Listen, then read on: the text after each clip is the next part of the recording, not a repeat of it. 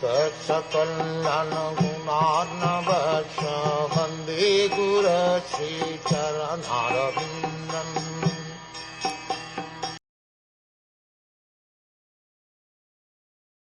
Sri Shukadev Goswami said, after hearing from Uddhav all about the annihilation of his friends and relatives, the learned Vidura pacified his overwhelming bereavement by dint of his transcendental knowledge.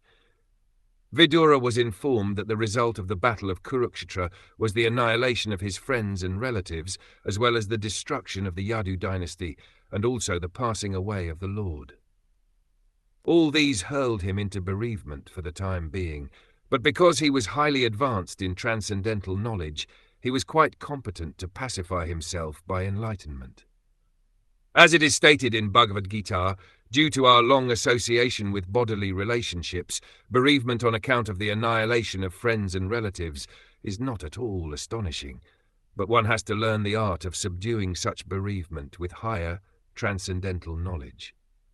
The talks between Uddhav and Vidura on the topic of Krishna began at sunset, and Vidura was now further advanced in knowledge due to his association with Uddhava.